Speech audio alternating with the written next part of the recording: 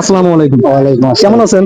আছি ভালো আলহামদুলিল্লাহ। আচ্ছা, প্রথমে আজকে আপনার কাছে জানবো এই যে আমাদের 2025-এ কোরবানির সামনে না, জি। এখন এই যে আমাদের বোয়ালিয়া যে হাটটা, এই হাটটা কিরকম যাচ্ছে? ভালো যাচ্ছে না খারাপ? হাট তো ভালো যাচ্ছে, হাট ভালো যাচ্ছে। হ্যাঁ, কিন্তু অনেক, বেচা কেনা তো নাই। তাইলে হাট ভালো কিরকম গেল? ওই তো, এখন মানে আমাদের- হাটে আমদানি অনেক কিন্তু ক্রেতা নাই। ক্রেতা নাই। বাজারটা একটু নরম যাচ্ছে না? আজকে কয়টা গরু আনছেন? ব্যবসা করেন নাকি আপনি? না, আমার পালের গরু। পালের গরু এই একটাই আনছেন? একটাই আনছি।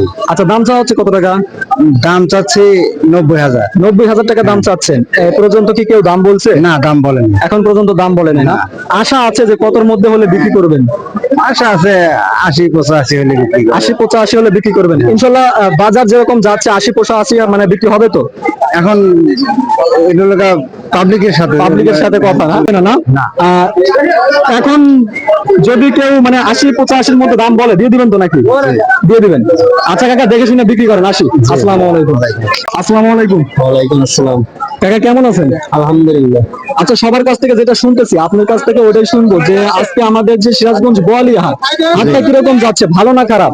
একটু নরমালি যাচ্ছে। একটু নরম যাচ্ছে। আচ্ছা, সামনে ঈদ, তারপরে হচ্ছে আমাদের এটা শেষ হাট, জি। তারপরেও বাজার এত খারাপ যাচ্ছে কেন বলতে পারবেন? আমি সেটা এখন বিক্রেতা হিসাবে বলা হবে। মানে আমদানিটা একটু আমদানি বেশি না? একটু বেশি। আমদানি বেশি, আর অনেকে বলতেছে যে ইন্ডিয়ান গরু ঢোকায় কি আমাদের এখানকার গরুগুলোর দাম কমে যাচ্ছে? সম্ভাবনা সাড়ে তাহলে একটু দাম কমবে। কমবে। আচ্ছা, আপনি কি ব্যবসা করেন না বাসার গরু? বাসার গরু। বাসার গরু, এটার দাম চাওয়া হচ্ছে কত টাকা? 80।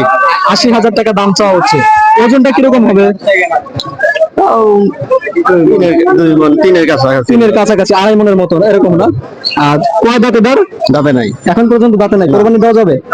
বয়স হয়েছে। বয়স হয়েছে, কোরবানি চলবে। আচ্ছা, দেখে শুনে বিক্রি করেন। হ্যাঁ, আসি। আসসালামু আলাইকুম।